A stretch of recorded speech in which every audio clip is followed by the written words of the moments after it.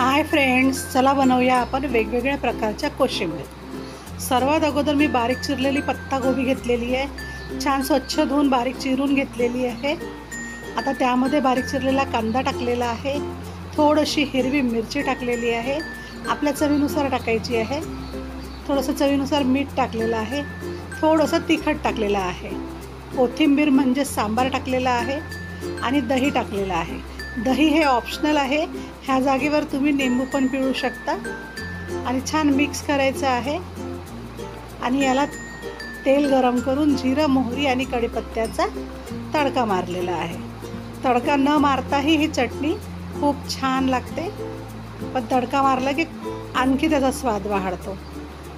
तर आपली ही पत्तागोबीची कोशिंबीर तयार आहे।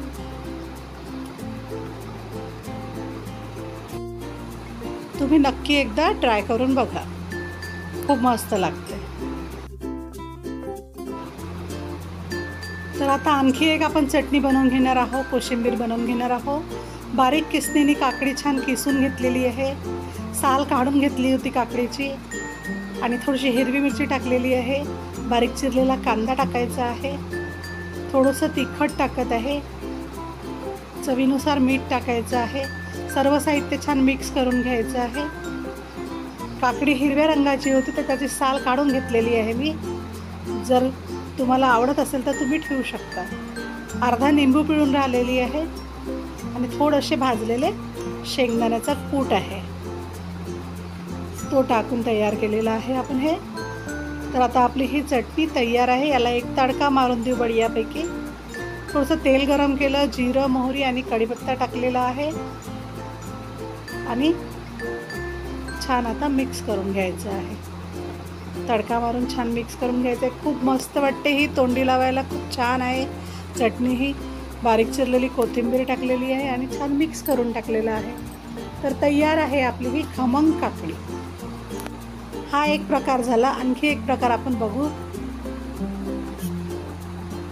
तर ही खमंग काकडी तयार आहे।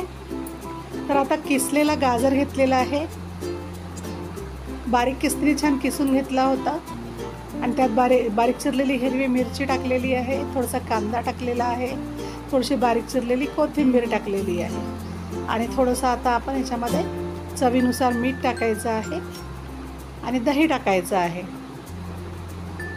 दहीऐवजी तुम्ही निंबू पण वापरू शकता किंवा आमचूर पावडर पण वापरू शकता। छान मिक्स करायचं आणि याला एक छानपैकी आपण तडका देऊया। तर आपली ही गाजराची चटणी तयार आहे, खायला खूप मस्त लागते। तुम्ही पण एकदा नक्की ट्राय करून बघा। मीठ वगैरे चेक करून घ्या, थोडंसं कमी वाटलं तर टाकता येते। तर ही आपली गाजराची कोशिंबीर तयार आहे। तर आता बीटरूटची कोशिंबीर तयार करूया। बारीक किसणीने, जी अगदी बारीक असते त्या किसणीने बीटरूट छान किसून घेतलेला आहे आणि बारीक चिरलेला कांदा टाकलेला आहे, बारीक चिरलेली हिरवी मिरची टाकलेली आहे, बारीक चिरलेला सांबार टाकायचा आहे आणि थोडंसं दही टाकायचं आहे, मीठ टाकायचं आहे, दही टाकायचं आहे आणि छान मिक्स करायचं आहे। सर्व साहित्य छान मिक्स करून घ्यायचं आणि याला छानपैकी आपण आता एक तडका देऊन देऊ। छान मिक्स झाल्याच्या नंतर याला एक तडका द्यायचा आहे। जिरं, मोहरी आणि कढीपत्ता टाकून तेल छान कडक करून त्याचा आपण तडका मारलेला आहे। तर आपली ही बीटरूटची चटणी तयार आहे। बीटरूट जर तुम्हाला असा कच्चा पचत नसेल तर त्याला थोडंसं उकळून घ्या आणि नंतर किसून घ्या, पण चटणी अशीच बनवा, खूप मस्त लागते ही चटणी। बीटरूट पण खाल्ला जातो। तर तयार आहे आपली बीटरूटची चटणी। आणखी एक आपण खमंग काकडीचा प्रकार बघूया। तर काकडी छान किसून घेतलेली आहे बारीक किसणीने, त्यामध्ये हिरवी मिरची बारीक चिरलेली, थोडा कांदा, थोडा टमाटर पण छान बारीक चिरून घेतलेला आहे आणि बारीक चिरलेली कोथिंबीर टाकलेली आहे आणि भाजलेल्या शेंगदाण्याचा कूट करून घेतला होता तो टाकलेला आहे। चवीनुसार मीठ टाकायचं आहे, निंबू टाकायचा आहे, अर्धा निंबूचा रस पिळून राहिलेली आहे, छान मिक्स करायचं आहे आणि आता याला तडका न देता तुम्ही असंही खाऊ शकता। हे